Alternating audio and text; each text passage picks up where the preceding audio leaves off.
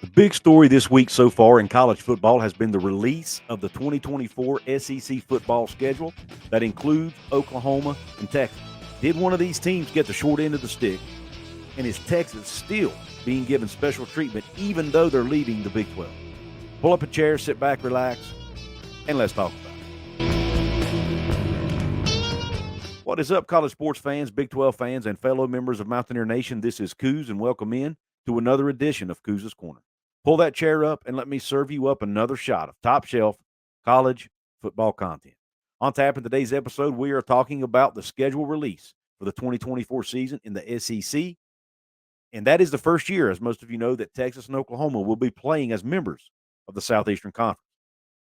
So what we're going to do is take a look at their schedules, compare them, and decide, hey, did Oklahoma get screwed here? And is Texas still being given special treatment, which is what Big 12 fans and fellow teams have been complaining about for years. So let's take a look at these schedules now.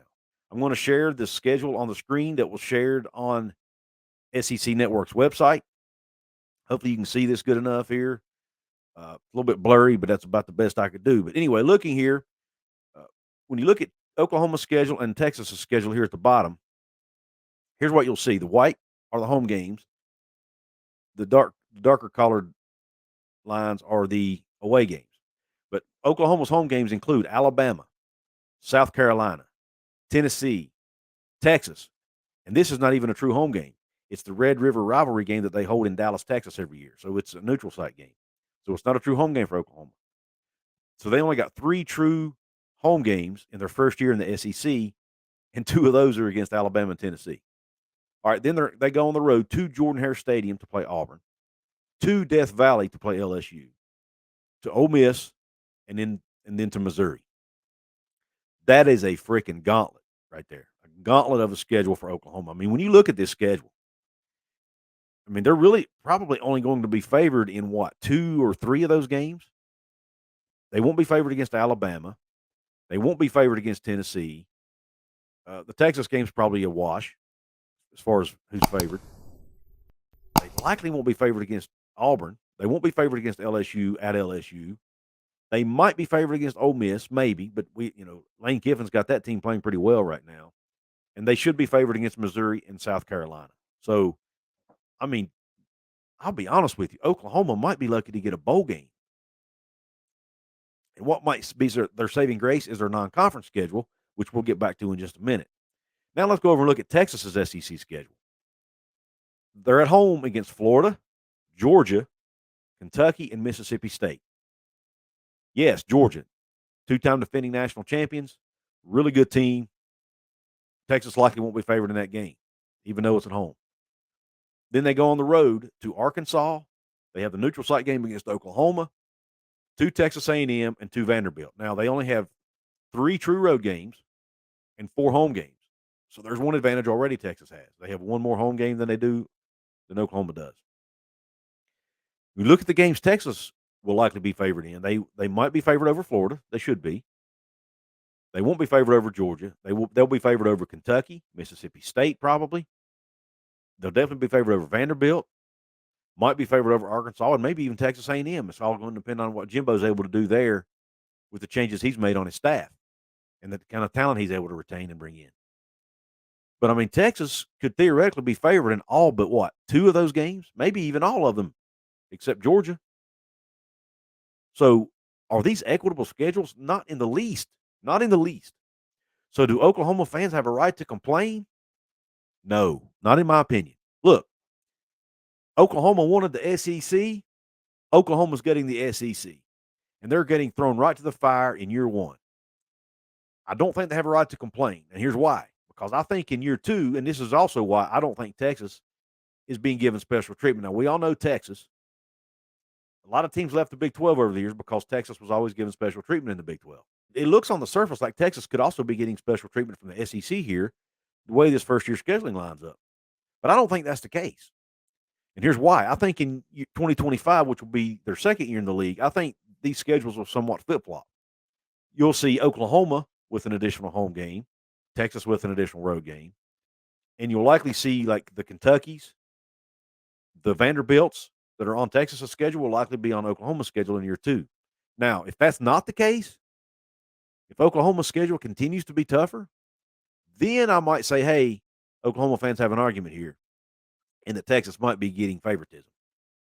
But at this point in time, I don't think that's the case. I think this is just life in the SEC. There's no way to make everybody's schedule equal. I think this is probably the way the algorithm spit the schedules out in order to maintain rivalries and in order to make the schedules as equitable as possible. Probably the best they could do. So 2025 is the year that will tell us whether or not these teams are being treated differently. Now, so Oklahoma fans, those of you who want to complain and say Oklahoma's being screwed or whatever, hey, man, it's life in the SEC, baby. Suck it up and enjoy it, okay? Now, as far as the non-conference schedules go, when you look at the non-con schedules, SEC has a policy, has a bylaw that says every team has to play at least one Power 5 team out of conference. And Texas right now, their 2024 schedule is completely full. They have their non-conference opponent, Power 5 in Michigan. Very tough game there. That's the one game that could also give Texas some trouble, even in their non-con portion. But the rest of their games are UTSA, Louisiana Monroe, and Colorado State. They should win all 3 of those games. Now, here's the challenge for Oklahoma. When you look at their non-con schedule, right now they only have 2 of those slots filled. And remember, the SEC only plays 8 conference games, not 9 like everybody else in the Power 5. Well, and the 2 non-con they have scheduled so far are Temple and Tulane. Now, both of those are home games, so that will help make up for all the road games they're playing in conference. But they still have 2 slots to fill, and at least one of those slots have to be with a Power 5 team. Now, I don't know how they're going to do that. I guess it's possible. There might be a Power 5 team out there somewhere who has an open slot. Maybe they can do some trading or something. But right now, I mean, most of these teams have their schedules already completed for 2024. So it's going to be hard for Oklahoma to find a Power 5 opponent for 2024. I looked at Oklahoma State's schedule. Their schedule's full. I mean, it's going to be hard for Oklahoma to fill that slot, that non-conference Power 5 slot, in my opinion. Now, if you're SEC people, I want you to let me know in the comments, please, what happens to an SEC team who doesn't follow through and fulfill that portion of their schedule? What's the punishment that they face? You know, I'd like to know that because I don't know. As a non-SEC guy, I don't know what that is. Do they face some kind of postseason punishment or, you know, not be allowed to play in the playoffs or whatever? I want to hear what that might be. But if I'm Oklahoma, I'm trying to, with the SEC schedule I have, I'm trying to find a way. Since I got to get a Power 5 team on my schedule, I'm trying to find a way to get a team like a Duke or an Indiana or maybe a Rutgers or somebody like that on my schedule.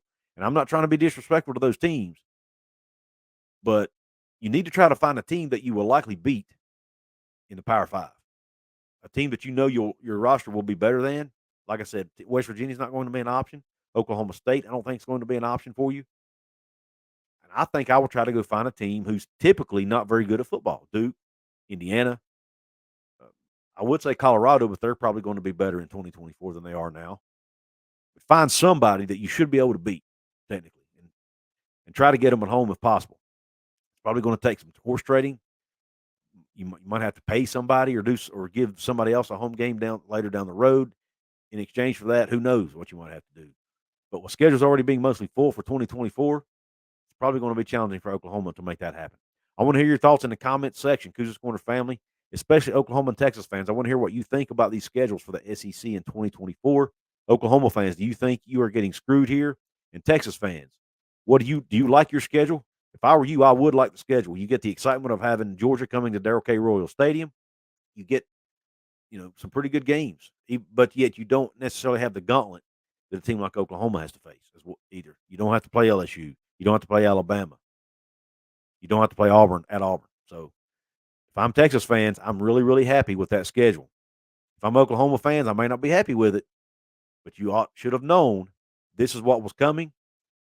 Just maybe you didn't expect it in year one. But hey, you asked for it, you got it. But also, guys, if you want to support me here on the channel financially, there's several different ways you can do it. You can go to my merch store. I have T-shirts, hoodies, ball caps, several different designs. There are photos of my merch items, some of my merch items below. You can click on one of those. It'll take you into my merch store, or you can click the link in the description box. You can also join my channel, become a member of the channel by clicking the join button right below. There are perks that come with that. There are 2 different levels, the $2.99 level and the $4.99 level. You can also hit the heart thanks option below, which is a one-time donation. You can make a comment to go along with it.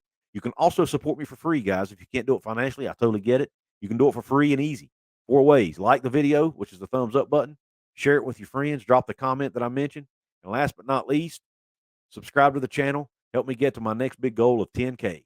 With that being said, I really appreciate you tuning in to this episode. And until the next one, Q Country Roads.